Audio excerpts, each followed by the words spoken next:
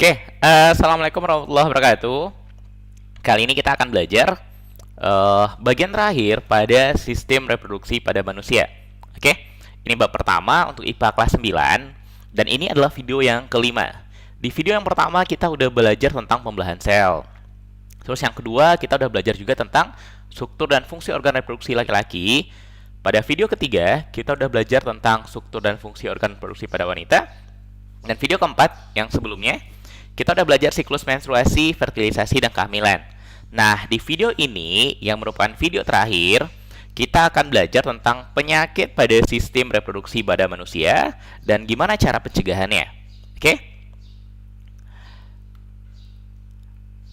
Nah, pada bagian ini kita akan ngebahas yang pertama, itu kita akan ngebahas tentang penyakit pada alat reproduksi. Oke, apa-apa aja. Yang akan kita bahas nanti yang pertama adalah AIDS, HIV AIDS. Oke. Terus kemudian ada gonore, kemudian ada sipilis, terus ada herpes, keputihan, dan kemudian epididymistis. Oke. Nah, selain kita ngebahas penyakit-penyakit ini, apa penyebabnya, apa ciri-cirinya, oke? Nanti kita akan juga ngebahas pencegahan penyakit pada alat reproduksi. Gimana caranya biar kita jangan sampai terjangkit salah satu penyakit yang ada di sini. Oke? Harus bisa kita cegah. Nah, yang pertama, kita ngebahas tentang HIV AIDS dulu. Ini yang paling berbahaya di antara semuanya. AIDS atau Acquired Immunodeficiency Syndrome. Apa itu? Ini adalah penyakit yang berkaitan dengan penurunan kemampuan imun pada tubuh. Oke? Jadi, tubuh punya sistem imun yang nanti akan melawan kuman bakteri yang masuk ke dalam tubuh. Jadi, setiap ada kuman bakteri yang masuk ke dalam tubuh, maka sistem imun tubuh itu akan melawannya. Sehingga ya tubuh kita sehat-sehat aja. Tapi orang yang terkena AIDS, sistem imunnya itu rusak. Jadi, ketika ada bibit penyakit yang masuk ke dalam, maka nggak bisa dilawan lagi. Sehingga ya orang yang sakit AIDS biasanya dia punya banyak penyakit lain. Oke? Meninggalnya bukan gara-gara AIDS-nya, tapi gara-gara penyakit lain yang nggak bisa dilawan oleh sistem imun oleh tubuhnya. Oke? Nah, sekarang kita bahas. AIDS ini itu disebabkan oleh virus yang disebut sebagai virus HIV. Human Immunodeficiency Virus atau HIV. Bentuknya kayak gini nih. Jadi bulat, terus ada apa ini, tonjolan-tonjolannya keluar. Oke? Ini bentuk dari virus HIV. Terus, apa yang dia serang? Virus HIV ini menyerang sistem imunitas atau kekebalan tubuh penderita. Jadi, sistem kekebalan tubuh kita diserang, sehingga tubuh kita nggak kebal lagi terhadap kuman atau penyakit. Ketika ada penyakit, misalkan, maka tubuh kita nggak bisa ngelawan. Ya malah kadang-kadang, kalau kalian mau cari tahu, orang-orang yang sakit AIDS ini pada bagian terakhirnya, pada tingkat akhirnya itu banyak banget penyakit yang timbul pada tubuhnya. Oke? Terus apa ciri-cirinya? Nah, pada awal-awal tahun, pada 5 sampai 7 tahun pertama, si penderitanya terlihat seperti orang sehat. Oke? Karena AIDS ini awalnya nggak kelihatan penyakitnya. Oke? Jadi yang pertama dia serang adalah sistem imun. Maka sistem imun yang dia rusak secara perlahan-lahan. Sehingga dalam beberapa tahun awal, si penderita terlihat seperti orang sehat. Namun, makin lama kekebalan tubuhnya akan semakin menurun. Makin mudah dia sakit. Nah, kemudian pada tahun-tahun berikutnya, timbul gejala penyakit lain yang berkaitan dengan sistem kekebalan tubuh. Timbul penyakit-penyakit lain yang muncul gara-gara ya adanya kuman atau bakteri. Contohnya misalkan timbul penyakit TBC. Terus kalau dia sariawannya nggak sembuh-sembuh. Malah kadang-kadang Akak pernah dapat cerita ada yang mulutnya sampai jamuran. Oke, jadi jamur masuk ke dalam tubuh dan nggak bisa dilawan oleh sistem imun tubuh. Sehingga ya jamurnya kemana-mana. TBC yang bakteri penyebab sakit di paru-paru yang disebabkan oleh bakteri. Bakteri nggak bisa dilawan sehingga TBC-nya ya nggak sembuh-sembuh. Meninggal gara-gara penyakit-penyakit itu. Terus, seperti apa penyebarannya? HIV AIDS ini menyebar ketika ada pertukaran cairan. Oke? antara tubuh penderita dengan orang lain. Oke, dan penyebaran cairan itu bisa terjadi pertama gara-gara penggunaan jarum suntik secara bergantian untuk obat larang, terus jarum-jarum yang digunakan untuk tato dan lain-lainnya. Oke, ini penyebarannya. Termasuk penyebarannya gara-gara pergaulan bebas. Oke, gara-gara hubungan seksual dan terutama ketika dilakukan tanpa ikatan pernikahan. Oke, ini penyebaran HIV/AIDS. Terus apa akibatnya? Nah, karena HIV/AIDS ini belum ada obatnya, obat yang ada hanya untuk memperlambat prosesnya, bukan untuk mengobati, menghilangkan virusnya, tapi untuk memperlambat prosesnya. Dan akibatnya, kematian. Penyebab kematiannya bukan gara-gara AIDS-nya, tapi gara-gara penyakit lain yang nggak bisa dilawan oleh sistem imun tubuh. Sistem imun tubuh kita udah lumpuh, sehingga ketika timbul bibit penyakit itu nggak bisa dilawan. Sehingga tubuh nanti terkena banyak jenis penyakit. Dan itu yang mengakibatkan kematian. Oke, ini yang pertama, AIDS. Yang kedua, kita ngebahas penyakit yang namanya gonore. Oke, gonore ini sering disebut sebagai kencing nanah karena ciri-cirinya pas kencing, buang air kecil, yang keluar adalah nanah. Oke, ini gonore. Nah, apa penyebabnya? Gonore ini disebabkan oleh bakteri yang disebut dengan Neisseria gonorrhoeae. Oke, bentuknya kayak gini nih. Ini bentuk bakterinya. Terus menyerang apa? Gonore ini menyerang organ reproduksi pada pria ataupun wanita. Seperti apa ciri-cirinya?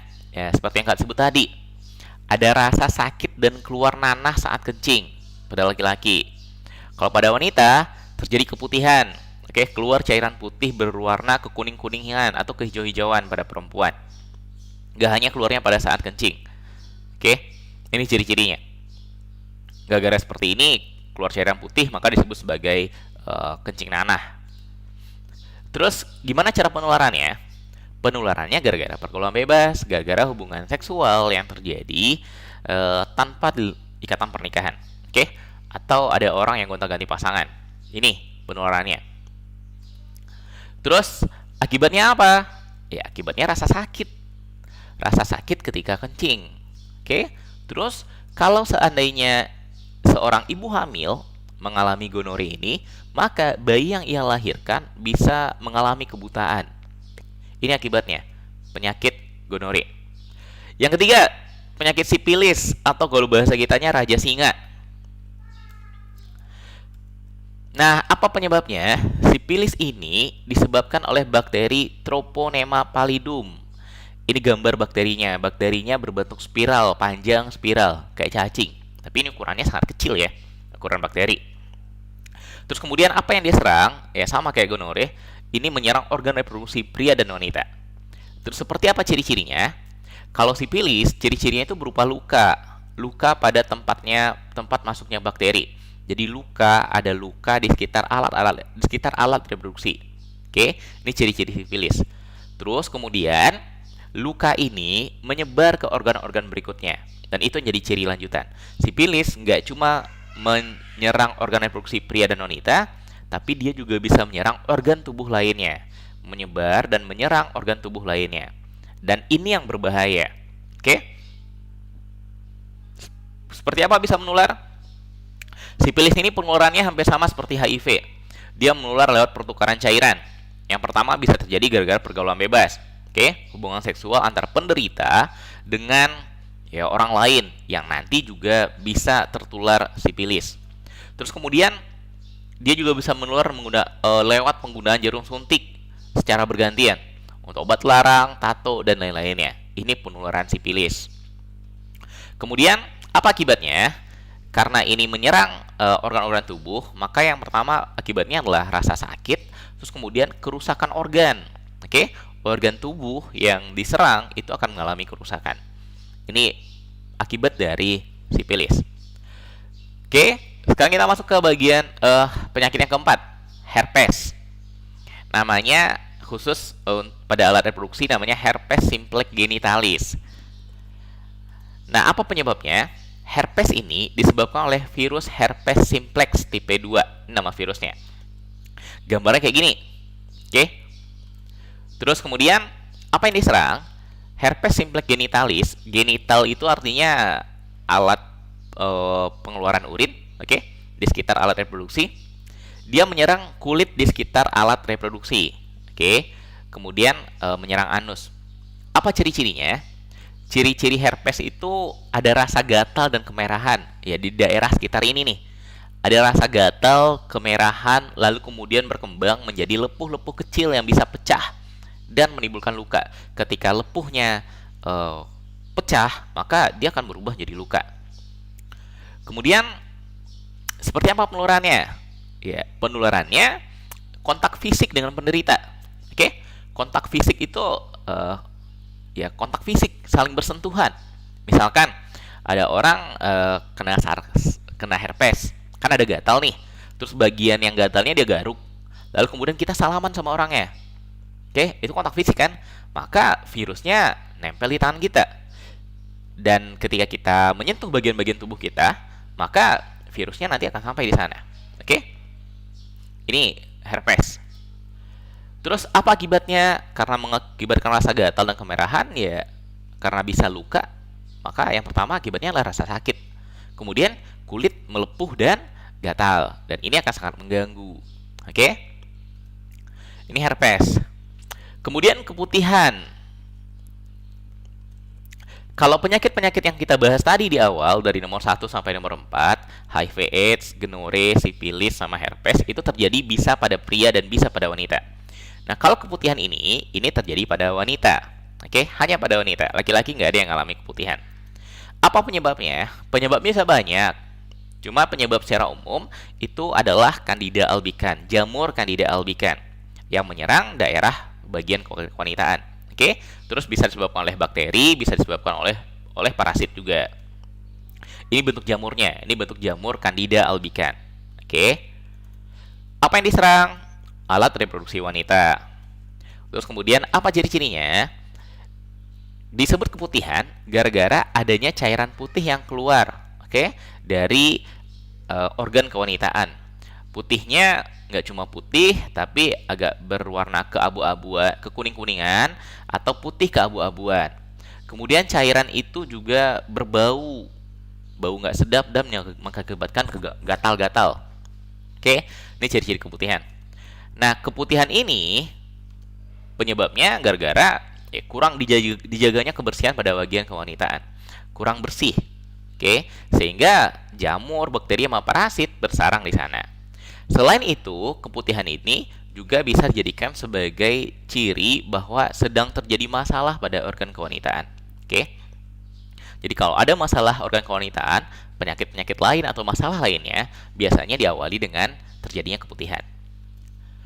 Nah, apa akibatnya? Yang pertama, kalau ini dibiarkan terus-menerus, tidak diobati, tidak dicari apa penyebabnya, karena dia adalah ciri-ciri awal dari penyakit lain pada organ kewanitaan, maka kalau dibiarkan, ya bisa terjadi kerusakan organ. Oke? Itu tadi keputihan. Kalau keputihan hanya terjadi pada wanita, nah sekarang kita bahas epididymistis.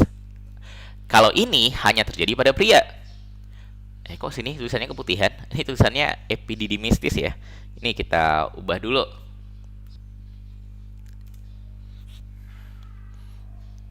Oke, epididymistis. Masih ingat kan apa itu epididymis? Kita belajar epididymis ini pada bagian organ reproduksi pria. Epididymis ini adalah saluran yang tepat berada di belakang testis, yang menempel pada testis. Oke, tempat pematangan sperma, epididymistis, tempat menyimpan sperma sementara. Nah, epididymistis ini adalah peradangan pada epididymis. Oke, epididymisnya meradang, membengkak. Jadi ada pembengkakan di sana dan terasa sakit.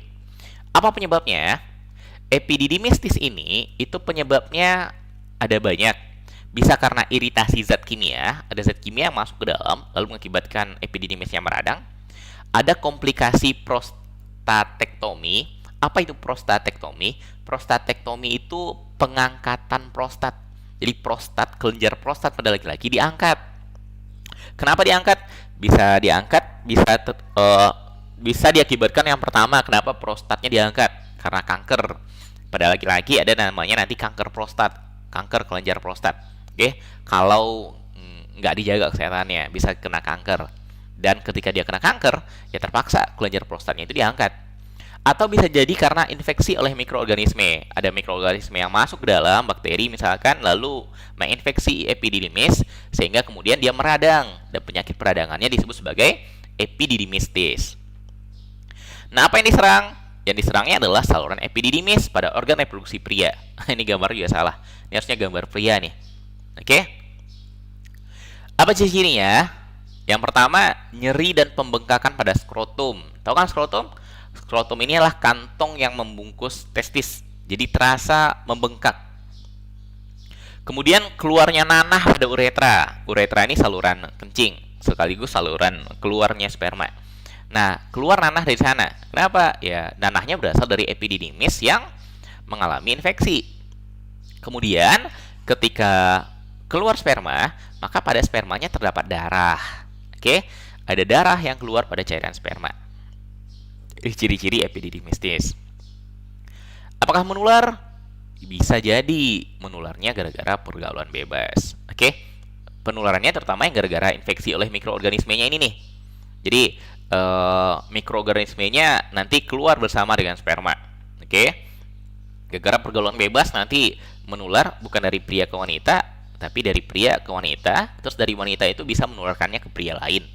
Jadi penyebab bisa menular gara-gara pergaulan bebas, gonta-ganti pasangan. Apa akibatnya? Ya rasa sakit pada epididymis, peradangan pada epididymis, rasa sakit pada epididymis. Oke, ini penyakit yang keenam. Ini tadi HIV/AIDS, gonore, sifilis, herpes, keputihan, sama epididymistis. Ini adalah penyakit-penyakit organ reproduksi pada pria ataupun wanita. Kalau keputihan khusus pada wanita, kalau epididymistis khusus pada pria, kalau yang lainnya bisa pada dua-duanya. Yang menular, bisa menular dari satu penderita ke orang lain. Oke? Dan hampir semuanya menular, bisa menularnya gara-gara hubungan seks. Oke? Gara-gara pergaulan bebas. Nah, gimana caranya biar kita tidak sampai terkena ini? Oh ya, penyakit lainnya selain 6 ini ada banyak juga sebenarnya. Oke, ada yang menular, ada yang tidak menular. Contoh yang tidak menular misalkan kalau pada pria yang tadi kelenjar prostat, kanker kelenjar prostat itu nggak menular, kanker itu nggak menular. Kalau pada wanita, kanker serviks, kanker mulut rahim yang biasanya menjadi sangat berbahaya bagi wanita, bisa mengakibatkan kematian. Oke, itu nggak menular. Terus gimana cara mencegahannya? Ya biar nggak terkena kanker, ya pola hidup harus dengan sehat. Oke, banyak-banyak makan sayur, makan gizi seimbang, kemudian olahraga. Dan satu lagi, saran untuk orang-orang yang menurut dokter biar tercegah kanker, ya hidup dengan bahagia. Nah, cara penjagaan penyakit secara umum. Secara umum, penyakit organ reproduksi tadi bisa kita cegah dengan yang pertama, bersih. Oke? Hidup dengan bersih, terutama membersihkan alat reproduksi bagian luar dengan air bersih. Dan khusus bagi wanita, bersihkan dari depan ke belakang. Oke? Jadi kalau mau cebok misalkan, dari depan ke belakang. Siram dari depan ke belakang. Kenapa? Kalau dari belakang ke depan, ya kan posisinya yang di belakang itu anus. Oke? Dan ada bakteri-bakteri yang ada di anus yang nggak boleh masuk ke dalam saluran reproduksi. Bisa-bisa kalau dari belakang ke depan nanti dia masuk ke dalam saluran reproduksi. Ini yang pertama, harus bersih. Yang kedua, harus kering. Maksudnya kering apa? Ya jaga agar alat reproduksi kita selalu kering. Karena kalau lembab akan menjadi tempat berkembang biaknya bakteri ataupun jamur. Oke? Yang ketiga, nyaman. Pakai pakaian dalam yang nyaman, yang berbahan katun dan lembut serta menyerap keringat. Dan jangan terlalu ketat. Oke? Kemudian dalam sehari ganti celana dalam itu 2-3 kali. Ketika udah mulai ngerasa nggak nyaman, ya udah langsung diganti. Jangan sampai berhari-hari pakai celana dalam yang sama. Selain nggak nyaman juga jorok. Oke? Yang keempat, potong. Apa ini potong? Rambut di sekitar organ reproduksi. Oke? Kalian udah remaja, ya kita nggak usah malu-malu ngomongin ya. Kalau udah remaja, pasti udah ada tumbuh rambut di sekitar alat reproduksinya. Nah, biar dijaga kebersihannya, maka harus sering dipotong. Oke? Bagi yang muslim, agama kita pun menyarankan itu dipotong. Kalau bagi laki setiap hari Jumat. Oke, sunnahnya setiap hari Jumat biar dapat pahala hari Jumat. Kenapa harus dipotong? Gara-gara kalau panjang itu akan jadi sarangnya kuman, sarang bakteri. Terus kemudian ini olahraga. Sebenarnya nggak cuma olahraga, tapi yang penting pola hidup yang sehat. Rajin-rajin berolahraga, lalu kemudian konsumsi buah dan sayur. Intinya makan makanan yang seimbang. Oke, makan makanan dengan gizi seimbang. Nah, selain 5 ini, ada satu hal lagi yang paling penting harus Kak sampaikan. Agar kita terhindar dari penyakit organ reproduksi, maka yang paling penting jangan melakukan hubungan seks di luar nikah. Apalagi bagi kalian yang masih remaja. Oke? Jangan pernah sekalipun melakukan hubungan seks di luar nikah, apalagi sampai gonta-ganti pasangan. Kenapa? Karena selain ini dilarang oleh agama, nggak ada satupun agama yang bolehkan ini, dilarang oleh agama kita. Terus kemudian, agar kita terhindar dari penyebaran penyakit. Oke? Jangan pernah lakukan sama sekali di luar nikah. Oke? Ini yang paling penting. Nah, sekarang kita bahas satu-satu. Untuk khusus laki-laki, yang pertama, longgar. Oke? Jangan pakai pakaian dalam yang terlalu ketat. Kenapa? Ya, kan ada di laki-laki kan ada skrotum, testis berada di dalam skrotum. Kalau terlalu ketat, nanti skrotumnya tertekan ke bagian tubuh dan itu tidak sehat bagi testisnya. Oke. Terus yang kedua, mandi. Kurangi mandinya, ini nggak hanya mandi biasa ya, tapi kurangi kebiasaan mandi dengan air panas. Kenapa? Karena suhu panas akan mengganggu proses spermatogenesis. Oke? Testis berada di luar tubuh kita agar suhunya nggak terlalu panas. Kalau suhunya lebih dari 36 derajat Celcius, maka proses spermatogenesis atau pembentukan sperma ini akan terganggu. Terus yang ketiga, sehat. Maksudnya hidup dengan sehat. Hindari makanan minuman beralkohol dan hindari rokok. Ini yang paling penting nih, rokok. Lihat kan di bungkus rokok itu ada tulisan merokok dapat mengakibatkan bla bla bla bla. Salah satunya apa? Kemandulan. Oke? Apa itu kemandulan? Ya, kemandulan bisa terjadi gara-gara spermanya rusak, gara-gara rokok. Kak punya teman yang bercerita gara-gara dia ngerokok, setelah dia nikah, bertahun-tahun dia nikah, dia belum juga dapat anak. Gara-gara apa? Gara-gara hobi dia ngerokok. Setelah ngerokoknya diberhentikan, beberapa bulan setelah rokoknya berhenti, istrinya hamil. Oke? Jadi benar-benar rokok ini ngerusak. Terus gimana dengan wanita? Khusus wanita, cara pencegahan penyakitnya pertama harus bersih. Organ kewanitaannya harus bersih. Kemudian ketika lagi menstruasi, maka ganti pembalut sesering mungkin. Oke? Ya, karena selain kotor, itu juga menjadi tempat penyakit nanti kalau dibiarkan, tempat bibit penyakit. Yang kedua, harus sehat. Hindari, meskipun disarankan untuk membersihkan organ kewanitaan, tapi jangan terlalu sering. Hindari menggunakan sabun pembersih kewanitaan terus-menerus. Apa penyebabnya? Sabun pembersih ini akan mengakibatkan organ kewanitaan jadi kering. Itu yang pertama. Terus yang kedua, sabun pembersih ini sifatnya basah. Sementara lingkungan di dalam organ kewanitaan itu harus dijaga agar tetap asam. Sabun pembersih itu basah, akan mengurangi keasamannya. Kenapa harus asam lingkungannya? Asam itu akan membunuh bakteri atau kuman yang masuk ke dalam. Ketika dia nggak asam lagi, maka kemampuan untuk membunuh kumannya jadi berkurang, sehingga rentan kena penyakit. Oke? Ini cara pencegahan penyakit khusus wanita. Oke? Sip.